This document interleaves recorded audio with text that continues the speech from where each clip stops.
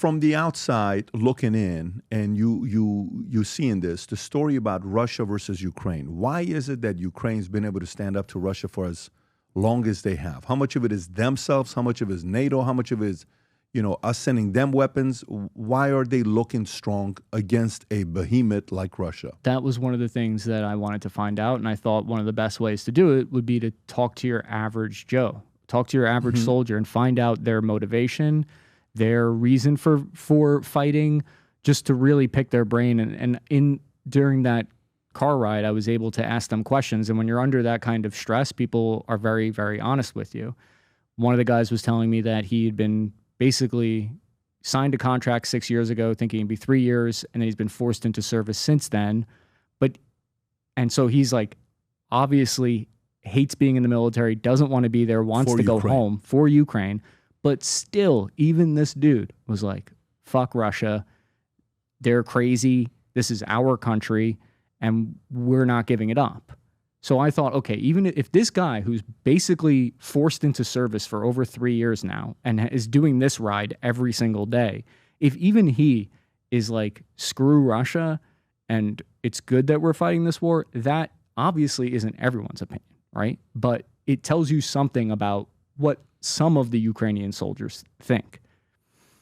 That was very telling for me. I think that a large part of why Ukraine is able to defend themselves is because of their will to fight, which is something that fascinates me about conflict and militaries. The most fascinating thing, I think, is that how much of it comes down to just your regular Joe and their willingness to pull the trigger on a small arm weapon, on an M16, on an AK-47.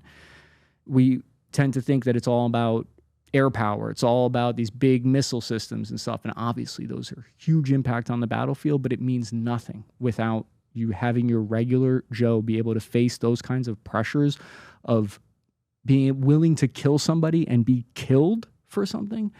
Is you can't just write it off as like they're being forced to do it. It's not that simple. And I think evidence of that, what happened in Afghanistan when we left and pulled out, we gave them billions of dollars in training and funding, equipment, all of this. And what did they do? They were like, see you later, bye. Because they didn't have a will to fight. Doesn't matter how much weapon systems and training you pump into a place or how much you tell them that they should. So the importance of the will to fight. Yeah. And you're saying Ukraine has more of it than Russia? No, I think they both have a will to fight.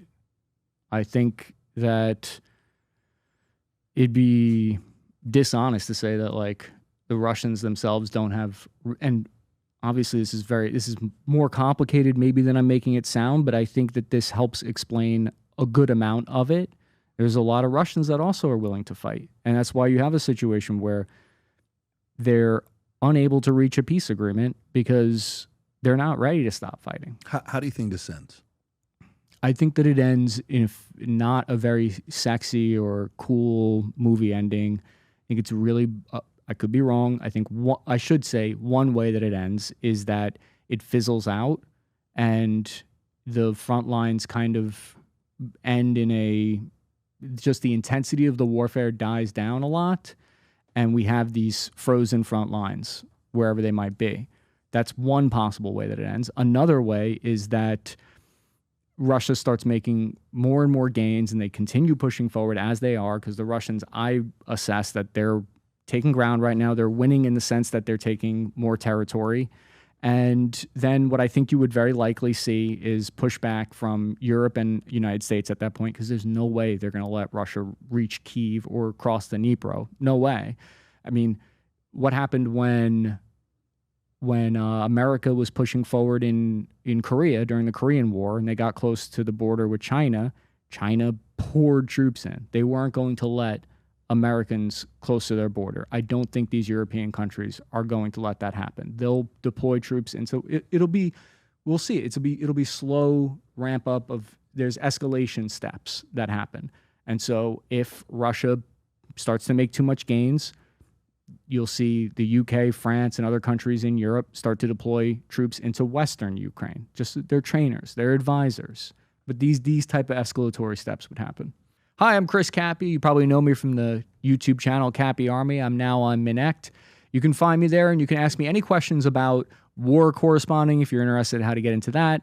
geopolitics, the defense industry, entrepreneurialism, anything you want to chat about, I'm on there. If you enjoyed this video, you want to watch more videos like this, click here. And if you want to watch the entire podcast, click here.